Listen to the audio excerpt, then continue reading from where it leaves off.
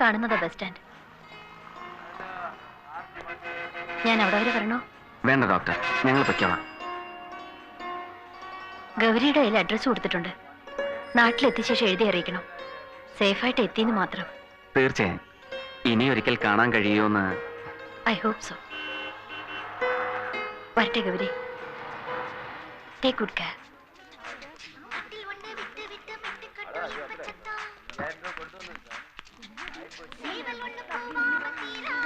ഇവിടെ നിന്നോളൂ, ഞാൻ അന്വേഷിച്ചിട്ട് വരാം.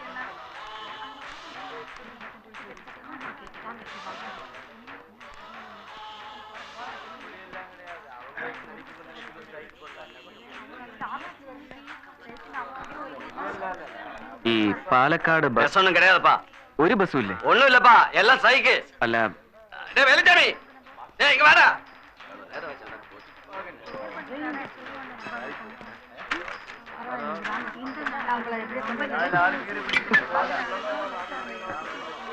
അത്ര എളുപ്പമൊന്നും നമ്മൾ രക്ഷപ്പെടില്ല.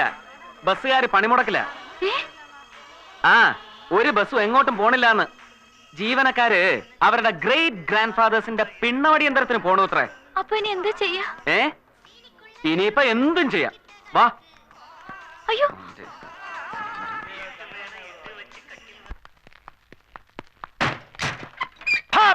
മാറി ഇന്നിന്റെ പണി ഞാൻ തീർക്കും.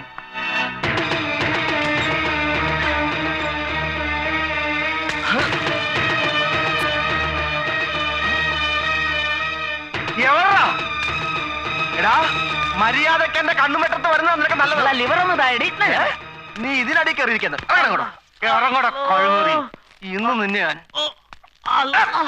നിന്നോട് ഞാൻ ടയർ മാറിടാൻ പറഞ്ഞിട്ട് നീ ആഴമായി നോക്കി നടക്കായിരുന്നു. ഇന്ന് നിന്റെ അവസാനത്തെ ട്രിപ്പാ. കൊല്ലല്ലേ ഞാൻ ചത്താ പിന്നെ നിങ്ങക്ക് ലോങ് പോവാൻ ആരാ ഉണ്ടാവുക? അതെങ്കിലും ആലോചിച്ച് നിന്നെ എന്നാ വേണ്ടെന്ന് എനിക്കറിയോ. Hello hello. അല്ല അല്ലാ വിശേട്ടേ, ജോസേട്ടാ നമ്മളെ അപ്പേട്ടൻ പറഞ്ഞ ആളാ. നിങ്ങള് നല്ല പണിയാ കാണിച്ചേ ജോസേട്ടാ. ഓഹോ, ഇതാണോ പാർട്ടി? ആ അതെ. അല്ല നിങ്ങക്കെന്താ ഇവിടെ പരിപാടി? ബസ് സമരത്തിന്റെ കാര്യം ഇപ്പോഴാ അറിഞ്ഞത്. എന്നാ നമ്മളെ കൂടെ പോരി അല്ലേ ജോസേട്ടാ? ആ, ഇവിടെ വെച്ച് കാണാനും ഒരുമിച്ച് പോകാനും ആയിരിക്കും വിധി അല്ലേ? അതെ അതെ. എന്നാ പിന്നെ ബാക്കി പോണ വഴിക്ക് പറയാം. വരീന്ന് വരീന്ന് വാ, നേരെ മുകളിലേക്ക് കയറിക്കോളി.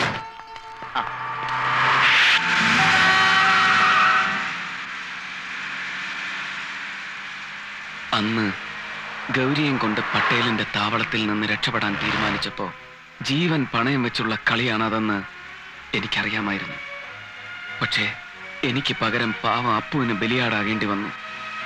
നെഞ്ചിൽ കത്തിയിറങ്ങുമ്പോ അവൻ വിളിച്ച് പറയുകയായിരുന്നു, എത്രയും വേഗം രക്ഷപ്പെട്ടോളൂന്ന്.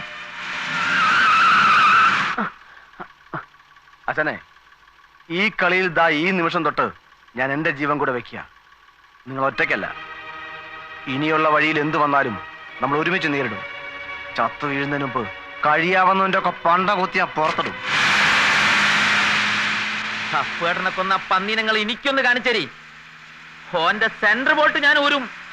ചുമ്മാ ചളവള വർത്താനം വിളിച്ചു പറഞ്ഞ് അവസാനം വാലും ചുരുട്ടി ഓടിയാണ്ടല്ലോ, എന്റെ കൈയറപ്പ് തീർക്കുന്നതിന്റെ പള്ളക്കായിരിക്കും. ജോസേട്ടാ, ഇത് പഴയ കുഞ്ഞമ്മതല്ല. പണ്ട് ഞാൻ തല്ലും അടിയും കണ്ട ഓടലുണ്ട്. പക്ഷെ ഇത് വിഷയം വേറെയല്ലേ? ജോസ്, അതാ ഒമാര്. ആരാ? പട്ടേലിന്റെ ആൾക്കാർ.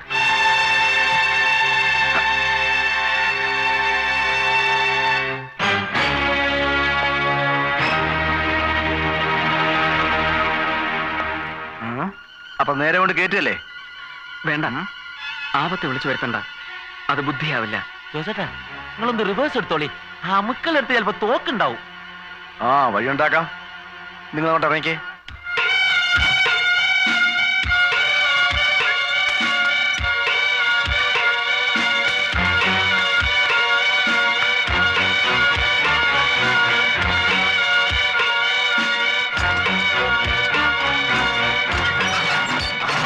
അങ്ങോട്ട് കയറിക്കേ. ആ, കേറ്. വാ, കേറ് കൊച്ചേ. ആ, പേടിക്കണമെന്ന്. വാ, ആ കേറ്.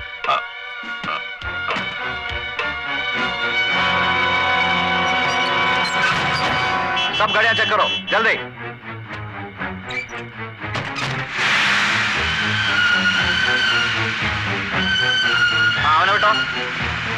ആ നിർത്ത് നിർത്ത് നിർത്ത് നിർത്ത പുറത്ത് ഇറങ്ങാൻ ഇറങ്ങാൻ എന്നാ കോപ്പേ ദാദാ പീസ് വേണ്ട കേട്ടോ ആ സൈസ് എടുക്കുക നിർത്ത കയറി നോക്കണം മാറണോ എന്തേ ചെക്ക് എങ്ങനെ മനസ്സിലായില്ല ഓട്ടറാ കുഞ്ഞാമതേ പിള്ളേരുടെ ആഗ്രഹമല്ലേ ആ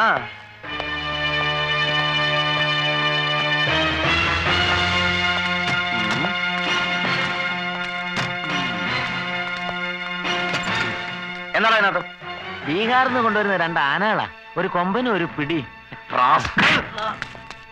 എവിടേക്ക് പോണ വണ്ടിയാടാ കേരളത്തിലെ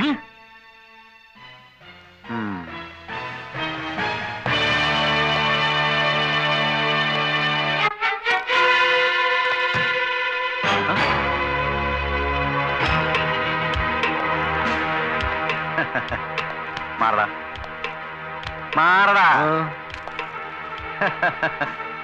എന്താടാ ഇത് എന്താടാ ഇത് തുണിയാ പാർസൽ കേരളത്തിലേക്ക് ഡോർ തുറക്കടാ എന്നാത്തിനാ തുറക്കടാ തുറക്കാന്നാ പറഞ്ഞത് തുറക്കടാ ഈ എടുക്കട്ടെ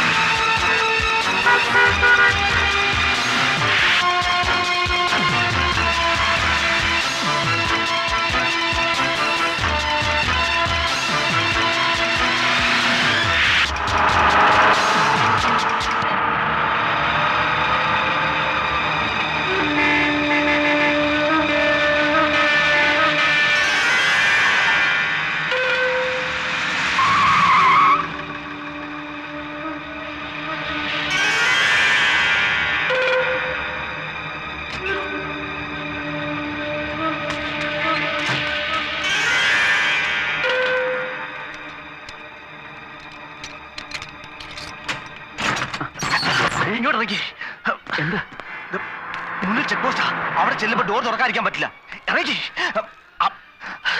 ഓടിക്കൂ ചെക്ക് പോസ്റ്റ് കഴിയുന്ന വളവ് ഞാൻ കാത്തു നിൽക്കാം ആ പെട്ടെന്ന്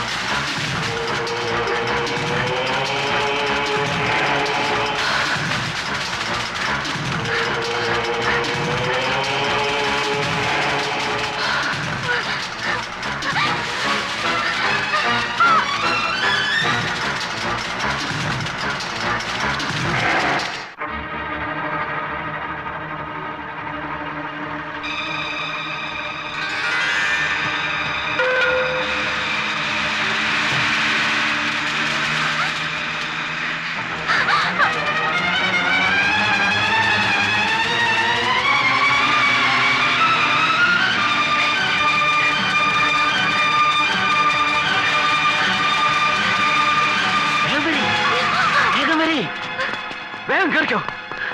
ജോസ് മാറ്, ഞാൻ വിളിക്കാം. വിട്ടോളി.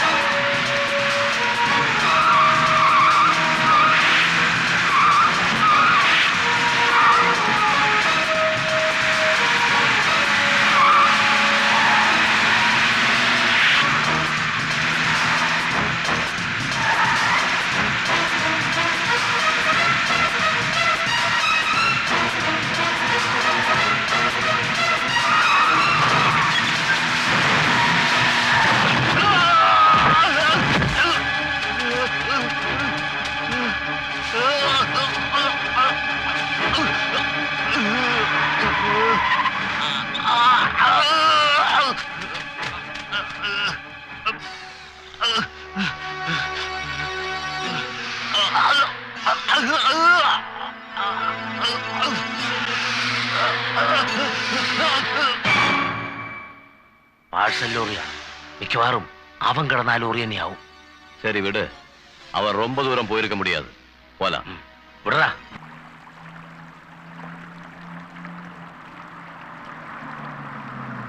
ആ നിർത്ത് നിർത്ത് നിർത്ത്. നമ്മൾ റൂട്ടൊക്കെ ഒന്ന് മാറിയാ വന്നത്. ഇവിടുന്ന് ഒരു 300 കിലോമീറ്റർ പുറകെ പോയി ഞങ്ങൾക്ക് ലോഡ് എടുക്കാനുണ്ട്. ഇനിയും ഞങ്ങളെയും കൊണ്ട് പോയാൽ വഴിയിൽ എന്തൊക്കെ കുഴപ്പങ്ങളാ കാത്തിരിക്കുന്നതെന്ന് അറിയില്ല. നിങ്ങൾ പൊയ്ക്കോളൂ. അങ്ങനെ നിങ്ങളെ ഉപേക്ഷിച്ച് ഞങ്ങൾ പോവില്ല. ഒരു വഴിയുണ്ട്. ദാ ഈ സ്ഥലത്ത് എൻ്റെ ഒരു പരിചയക്കാരനുണ്ട്. കടുത്തുരുത്തിക്കാരനൊരു തങ്കച്ചൻ. പുള്ളി ഇവിടെ ഒരു ലോഡ്ജ് നടത്തുക. ഇന്നും നാളത്തെ പകലും നിങ്ങളിവിടെ തങ്ങണം. നാളെ വൈകുന്നേരം ആകുമ്പോൾ ഞങ്ങൾ എത്തും. പിന്നെ നിങ്ങളെ വീട്ടിലെത്തിക്കുന്ന കാര്യം ഞങ്ങൾ ഏറ്റു. എന്താ ഒന്ന് മാറിക്കേ.